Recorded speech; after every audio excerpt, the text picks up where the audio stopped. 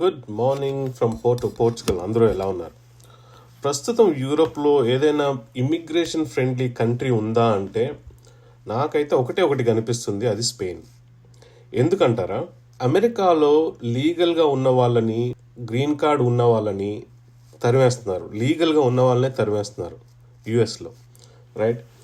స్పెయిన్లో చూడండి, రీసెంట్గా last week ఒక న్యూస్ రిలీజ్ చేశారు గవర్నమెంట్.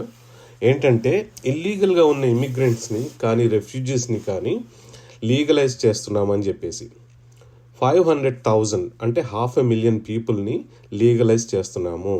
అంటే 5 lakhs అనమాట.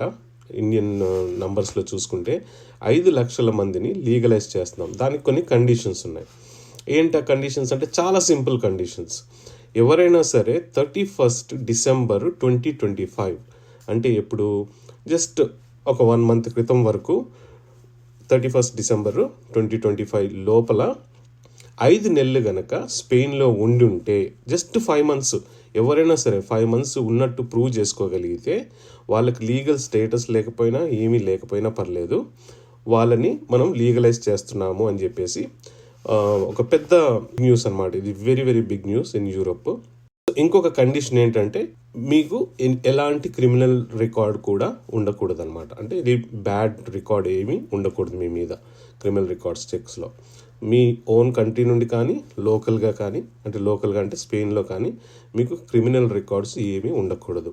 సో అలా కనుక మీరు ఉంటే మీరు క్వాలిఫై అయినట్టు.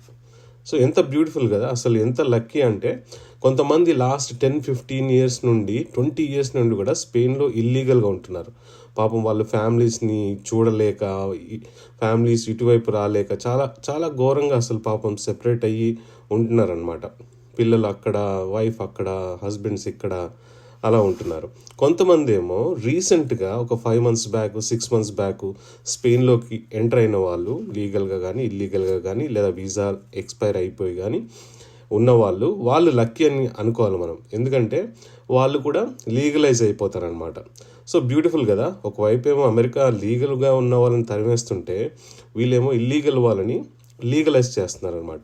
సో దీనివల్ల వచ్చేది ఏంటి స్పెయిన్కి అంటే, స్పెయిన్కి ట్యాక్స్లు వస్తాయి, ప్రతి ఒక్కరు ట్యాక్స్లు పే చేస్తారు, ప్లస్ వాళ్ళందరూ ఇంటిగ్రేట్ అవుతారనమాట, కంట్రీలో ఇంటిగ్రేట్ అవుతారు. వాళ్ళకి ట్రాన్స్పోర్టేషన్ అంటే వాళ్ళు వాళ్ళ కంట్రీస్కి వెళ్ళొచ్చు, రావచ్చు, అంటే కంప్లీట్గా లీగల్ అనమాట. సో స్పెయిన్కి డబ్బులు వస్తాయి కదా వీళ్ళందరినీ లీగల్ చేస్తే.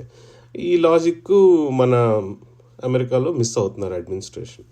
ఓకే, ఎనీవే, ఇంకొక మంచి విషయం గురించి మాట్లాడుకుందాము. స్పెయిన్లో డిజిటల్ నోమాడ్స్ వీసా అని చెప్పేసి మీకు తెలిసే అనుకుంటా, తెలియని వాళ్ళు తెలుసుకోండి. ఇది remote working kind of visa, ఫ్రీలాన్సర్స్కి, రిమోట్ వర్కర్స్కి ఉంటుందన్నమాట.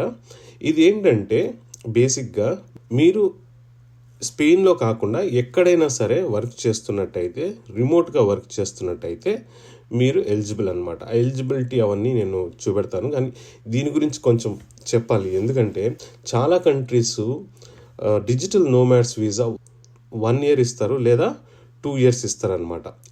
డిజిటల్ నోమాడ్స్ వీసాని ఎక్స్టెండ్ చెయ్యరు.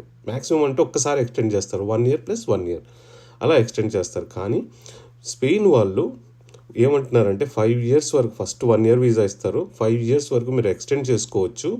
మీ కండిషన్స్ అన్నీ స్టిల్ అప్లై అవుతాయి, అంటే మీరు స్టిల్గా రిమోట్ వర్క్ చేస్తూ ఉంటే స్టిల్గా చేసుకోవచ్చు. ప్లస్ 5 years తర్వాత మీరు పర్మనెంట్ రెసిడెన్సీకి అప్లై చేసుకోవచ్చు. తర్వాత కొన్ని సంవత్సరాల తర్వాత మీరు సిటిజన్షిప్కి అప్లై చేసుకోవచ్చు. సో ఈ ఆపర్చునిటీ డిజిటల్ నోమాడ్స్ వీసా మీద ఏ కంట్రీకి కూడా లేదు. ఈ ఆపర్చునిటీ స్పెయిన్ మనకి ఇస్తుంది. అంటే మీరు ఆలోచించుకోండి, లిటరల్గా స్పెయిన్ ఒక పాత్వేని క్రియేట్ చేస్తుంది జనాలకి ఫ్రీగా, అబ్సల్యూట్లీ ఫ్రీగా, జాబ్ ఆఫర్ లేకుండా. ఇంత మంచి ఆఫర్ అంటే అసలు రియలీ రియలీ అమేజింగ్ అనమాట. ఎందుకంటే పిఆర్, సిటిజన్షిప్ రావాలంటే చాలామంది గోల్డెన్ వీసా వైపు, ఇన్వెస్ట్మెంట్ వీసా వైపు వెళ్ళి millions of rupees, dollars spend చేసి పాస్పోర్ట్లు తెచ్చుకోవడము లేదా పర్మనెంట్ రెసిడెన్సీస్ తెచ్చుకోవడం చేస్తూ ఉంటారు. కానీ ఇది చూడండి ఎంత సింపుల్గా వీళ్ళు ఈ వీసాని క్రియేట్ చేసి డైరెక్ట్గా మనకి పాత్వేని క్రియేట్ చేస్తున్నారు, పర్మనెంట్ రెసిడెన్సీకి ప్లస్ సిటిజన్షిప్కి ఒక పాత్వేని క్రియేట్ చేస్తున్నారు అనమాట. So this is really amazing. ఇక్కడ చూడండి, లెక్సిడి అనే ఒక సైట్ ఉందన్నమాట. ఇదేంటంటే ఇమిగ్రేషన్ కన్సల్టెంట్స్ యూరోప్లో ఉంటారు. వీళ్ళు చాలా రెప్యూటెడ్ కన్సల్టెన్సీ అనమాట. ఇది మోస్ట్లీ లాయర్సే ఉంటారు. సో వీళ్ళ వెబ్సైట్లో వెళ్ళి మనం అసలు డిజిటల్ నోమాడ్స్ కోసం చూద్దాము. ఓకే, కొన్ని details. The Spain digital nomads visa allows non-EU remote workers, including freelancers, entrepreneurs, and remote employees to live and work legally in Spain while staying employed by foreign companies or serving international clients. అంటే నేను ఇందాక explain చేసినట్టు, మీరు స్పెయిన్లో కాకుండా Spain బయట ఏ country అయినా, యూరోప్లో అయినా పర్లేదు, స్పెయిన్ బయట ఏ కంట్రీలో అయినా రిమోట్ వర్క్ కనుక చేస్తుంటే, లేదా ఫ్రీలాన్సింగ్ కనుక చేస్తుంటే, లేదా బిజినెస్ కనుక చేస్తుంటే మీరు ఎలిజిబుల్ అనమాట. It offers long term residency and visa free travel with Schengen area, making it ideal for digital professionals seeking a high quality of life with full location flexibility. To qualify, applicants must show sufficient remote income, hold private health insurance, and provide a clean criminal record. Okay, so me criminal record క్లీన్గా ఉండాలి, మీరు private health insurance తీసుకోవాలి. వీళ్ళు private health insurance తీసుకోండి అంటారు, కానీ ఒకసారి మీకు టీఆర్సీ వచ్చింది అంటే మీరు స్టేట్ హెల్త్ ఇన్సూరెన్స్కి వెళ్ళిపోవచ్చు అనమాట. సో అది భయపడాల్సిన అవసరం లేదు, కానీ ఎంటర్ అవ్వడానికి మాత్రం ప్రైవేట్ హెల్త్ ఇన్సూరెన్స్ కావాల్సి వస్తుంది.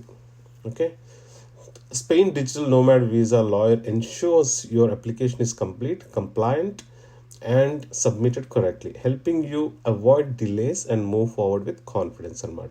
మీకు కావాలనుకుంటే ఇక్కడ గెట్ ఎ ఫ్రీ కన్సల్టేషన్ అని ఉంది, దీని మీద క్లిక్ చేసి మీరు వాళ్ళతో డైరెక్ట్గా కన్సల్ట్ అవ్వచ్చు అనమాట. ఒక నోట్ చేసుకోండి, నేను వీళ్ళకి అడ్వర్టైజ్మెంట్ కానీ అట్లాంటివి ఏం చేయట్లేదు, వీళ్ళు లీగల్గా చేస్తారని చెప్పేసి. మీలో ఎవరికైనా ఇంట్రెస్ట్ ఉంటే, చాలామంది యూఎస్ నుండి నాకు కాంటాక్ట్ చేస్తున్నారు, వాళ్ళు యూఎస్ నుండి యూరోప్ వైపు మూవ్ అవ్వాలని ఏదైనా ఆపర్చునిటీస్ ఉంటే చెప్పమని చెప్తున్నారు అనమాట. అలాంటి వాళ్ళకి ఇది చాలా యూస్ఫుల్ అవుతుంది. ఓకే, ఇంకొకటి గుడ్ థింగ్ ఏంటంటే 100% refund guarantee if visa is rejected అంటున్నారు, right? So that is a very good thing. So మీకు ఫ్రీ కన్సల్టేషన్ ఉంటుంది, తర్వాత మీరు మాట్లాడుకున్న తర్వాత మీరు ప్రొసీడ్ అయిన తర్వాత మీకు బై ఎనీ ఛాన్స్ వీళ్ళ సక్సెస్ రేట్ 98% ఉంటుంది అనమాట. ఎందుకు సక్సెస్ రేట్ 98% ఉంటుంది త్రూ లాయర్స్ అంటే, వాళ్ళు డాక్యుమెంటేషన్ పర్ఫెక్ట్గా చేస్తారు. ఇమిగ్రేషన్ వాళ్ళు ఏం అడుగుతారో వాళ్ళకి తెలుసు, ఎందుకంటే డే ఇన్ డే అవుట్ ఇదే బిజినెస్లో ఉంటారు కనుక వాళ్ళకి ప్రాపర్ డాక్యుమెంటేషన్ తెలుస్తుంది. వాళ్ళ మీద ఎంత కాన్ఫిడెన్స్ ఉంటే వాళ్ళు మీకు 100% రీఫండ్ గ్యారంటీ అని చెప్తారు కదా. సో ఇది very good thing. So criteria చూద్దాం. యాక్చువల్గా ఫస్ట్ వచ్చేసి నేషనాలిటీ క్రైటీరియా. సో ఇది ఎవరికంటే European economic area and Switzerland వాళ్ళకి కాకుండా అందరికీ. ఓకే, అంటే ఇండియన్స్కి, పాకిస్తానీస్కి, ఇంకా యూరోప్లో ఉన్న వాళ్ళకి కాకుండా అందరికీ అనుకోండి మీరు దాన్ని డైరెక్ట్గా. ఎంప్లాయ్మెంట్ డ్యూరేషను, ఇది ఇంపార్టెంట్ చూడండి. Applicants must be employed at the current organization for at least 3 months. మీరు మినిమం 3 months మీ కరెంట్ ఎంప్లాయర్ దగ్గర రిమోట్ వర్క్ చేస్తూ ఉండాలి. Okay, next one, remote work authorization. The company must issue a sign letter authorizing you to work remotely. All functions must be carried out from remote location. Okay, మీ company నుండి ఒక letter issue చేయాల్సి వస్తుంది. వాళ్ళు ఏంటంటే మీరు authorising అంటే company authorising to work remotely అని చెప్పేసి. Okay, next one, company establishment. So మీరు ఏ కంపెనీకి అయితే పని చేస్తారో ఆ కంపెనీ మినిమం ఒక 1 year ఉండి ఉండాలన్నమాట. కొత్తగా కంపెనీ స్టార్ట్ చేసి దాని త్రూ మీరు వచ్చేస్తారంటే కుదరదు. వాళ్ళు అట్లీస్ట్ ఒక 12 months ఎగ్జిస్టింగ్ అయి ఉండాలి. Freelancer and entrepreneur validation. If you are a freelancer or a company owner, you must prove that you have had a commercial relationship with one or more companies for at least 3 months. ఇది కూడా same మీ employee లాగానే, మీకు ఎక్కడ ఎంప్లాయీకి ఎలాగైతే 3 months అడుగుతున్నారో ఇది కూడా freelancer కానీ company owner కానీ అయ్యి ఉంటే మీరు లాస్ట్ 3 months నుండి మీ క్లయింట్ ఉన్నాడు అని చెప్పేసి మీరు చూపెట్టుకోవాలి. ఈ క్లయింట్కి నేను వర్క్ చేస్తున్నానని చెప్పేసి చూపెట్టుకోవాలి. Okay, criminal records check. You must have clean criminal record history. Okay, health insurance. As an employee of the company, you must have comprehensive health insurance coverage valid in Spain. Okay, ఇది నార్మల్గా 10-12,000లో దొరికిపోతుంది. Registration commitment for self-employed. As a self-employed or business owner, you must register as self-employed in Spain once permit is granted. So మీరు గనక self employed అయితే లేదా business owner అయితే, అదే self employed అంటే freelancer అయినా సరే, సెల్ఫ్ ఎంప్లాయిడ్ అయినా సరే, మీరు ఒకసారి స్పెయిన్కి వచ్చిన తర్వాత మీరు సెల్ఫ్ ఎంప్లాయిడ్గా మీరు పర్మిట్ని తెచ్చుకోవాలన్నమాట. సెల్ఫ్ ఎంప్లాయిడ్గా రిజిస్టర్ చేసుకోవాలి అని చెప్తున్నారు. Financial requirements. సో ఇది కొంచెం జాగ్రత్తగా వినండి, right? This is the only criteria. Okay, you must show enough financial resources to support yourself and family during your residency. This includes 200% of monthly minimum wage for yourself plus 75% of the SMI for the first family member and 25% of the SMI for each additional family member as of 2025. Right, ఇప్పుడు ఇది నేను explain చేస్తాను. Okay, as of 2025 this would be 2,763 main అప్లికెంట్కి. Monthly ఇంత income సంపాదిస్తున్నట్టు మనము main applicant, ఒక applicant వస్తే మంత్లీ నాకు ఇంత వస్తుంది అని చూపెట్టాలి. ఓకే, తర్వాత వైఫ్ వస్తే వైఫ్ హస్బెండ్కి కలిపి టోటల్గా ఈ అమౌంట్ కలిపి చూపెట్టాలి. అలాగే తర్వాత కిట్స్ వస్తే ఈచ్ కిట్కి మీరు 345 ఎక్స్ట్రా ఇన్కమ్గా ఉన్నట్టు చూపెట్టుకోవాలి. So this is basically income అనమాట. మీ ఇన్కమ్ ఇంత ఉంటే మీరు ఎంతమందిని సపోర్ట్ చేయగలరు అని చెప్పేసి వాళ్ళు అడుగుతున్నారు. సో వాళ్ళ క్రైటీరియా ఏంటంటే ఇంత ఇన్కమ్ ఉండాలి ప్రతి అప్లికెంట్కి, ఎక్స్ట్రా అప్లికెంట్కి ప్లస్ చిల్డ్రన్కి అని చూపెడుతున్నారు. Okay, this is very important. Restrictions on company location. Companies authorizing remote work must be based outside Spain. Self-employed individuals or contractors can work for Spanish company, but it must not exceed 20% of their total professional activity. Okay, first ఏంటి, companies authorizing remote work must be out of Spain. Okay, so మీ company స్పెయిన్లో తప్ప ఎక్కడన్నా ఉండొచ్చు అనమాట, మీరు eligible అవుతారు. So ఇంకొకటి ఏంటంటే, ఈ చిన్న advantage, self employed individuals or contractors can work for Spanish company. మీరు స్పానిష్ కంపెనీకి కూడా వర్క్ చేయొచ్చు, but it must not exceed 20% of the total professional activity. So మీరు ఓన్లీ 20% మాత్రమే చేసుకోవచ్చు అనమాట. మిగతా 80% మీరు మీ యాక్టివిటీ అంతా అవుట్ ఆఫ్ స్పెయిన్ నుండి రావాలి. So the digital nomad visa అంటే అదొక వర్క్ వీసా కాదు. వీళ్ళు ఏమంటున్నారంటే, మీకు ఆల్రెడీ వర్క్ ఉంది కానీ మీరు ఆ వర్క్ని స్పెయిన్లో కాకుండా మీరు బయట కంట్రీలో రిమోట్గా చేసుకున్నట్టయితే మీరు వచ్చి మా కంట్రీలో ఉండి మీరు 5 years ఉన్న తర్వాత మీకు పర్మనెంట్ రెసిడెన్సీ కానీ తర్వాత సిటిజన్షిప్ కానీ కావాలంటే తీసుకోవచ్చు అని చెప్తున్నారనమాట. ఓకే, సో ఇవి బేసిక్ థింగ్స్. సో ఇక్కడ ఈ లాయర్స్ ఏమేం చేస్తారు అసలు ప్రాసెస్లో అనేది చెప్తున్నారు.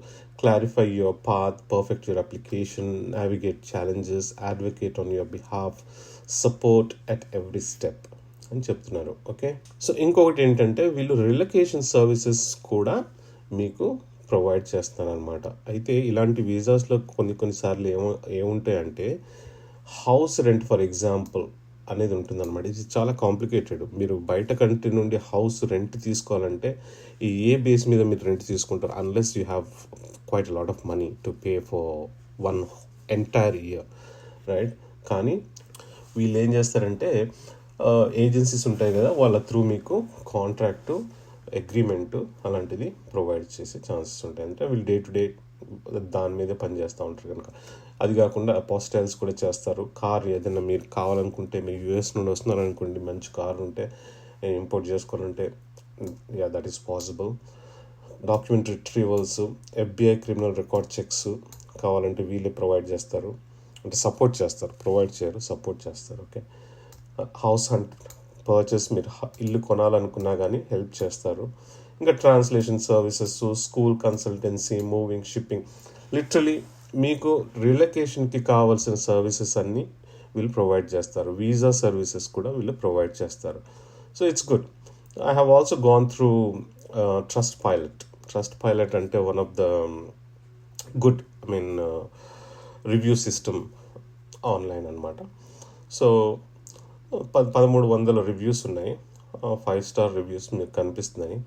So it's good, it's really good.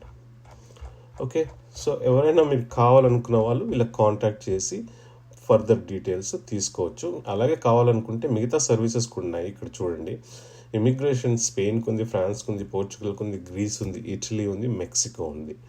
Okay, అలాగే బిజినెస్ ఎవరైనా సెటప్ చేయాలనుకుంటే స్పెయిన్లో కానీ, ఫ్రాన్స్లో కానీ, పోర్చుగల్లో కానీ దానికి కూడా మీరు కాంటాక్ట్ చేయొచ్చు. అలాగే రియల్ ఎస్టేట్ గురించి మాట్లాడుతూ ఉంటారు కొంతమంది, నేను అక్కడ ప్రాపర్టీ కొంటాను అది ఇది అని చెప్పేసి. సో అట్లాంటి వాళ్ళు కూడా స్పెయిన్లో కానీ, పోర్చుగల్లో కానీ, గ్రీస్లో కానీ, ఇటలీలో కానీ మీరు ఏమైనా ప్రాపర్టీస్ కొనాలనుకుంటే మీరు వీళ్ళని కాంటాక్ట్ చేయొచ్చు అనమాట. Okay, then you have tax issues, any tax issues ఉంటే డీటెయిల్స్ అన్నీ తెలుసుకోవచ్చు ఈ కంట్రీస్. ఓకే, అడిషనల్ సర్వీసెస్ ఇంకా ప్రతి కంట్రీకి ఒక అడిషనల్ సర్వీస్. స్టూడెంట్ వీసా, గ్రీస్కి అయితే స్టూడెంట్ వీసా చేస్తున్నారు, పోర్చుగల్కి అయితే ఎన్జిఓ పోర్చుగల్ ఆంటర్ప్రినర్ వీసా, ఇంకా permanent residency, student visa, NIRF, ప్రతి కంట్రీకి డిఫరెంట్ రిక్వైర్మెంట్స్ ఉంటాయి. సో ఇవన్నీ చేస్తున్నారు. సో ఒకసారి go through the website and see if you need some service, then you can consult them free of cost. There is no cost involved, and further if you're interested then you can continue with them. Okay, so ఈ వీడియోని ఇంతటితో ముగిద్దాము. ఈ video మీకు నచ్చినట్లయితే like చేయండి, share చేయండి, subscribe చేసుకుని వాళ్ళు సబ్స్క్రైబ్ చేసుకోండి. అలాగే పక్కన గంట ఐకాన్ని గట్టిగా నొక్కేయండి. మళ్ళీ వచ్చే వీడియోలో కలుద్దాం. అప్పటి వరకు సెలవు. Thanks for watching. Bye from Porto.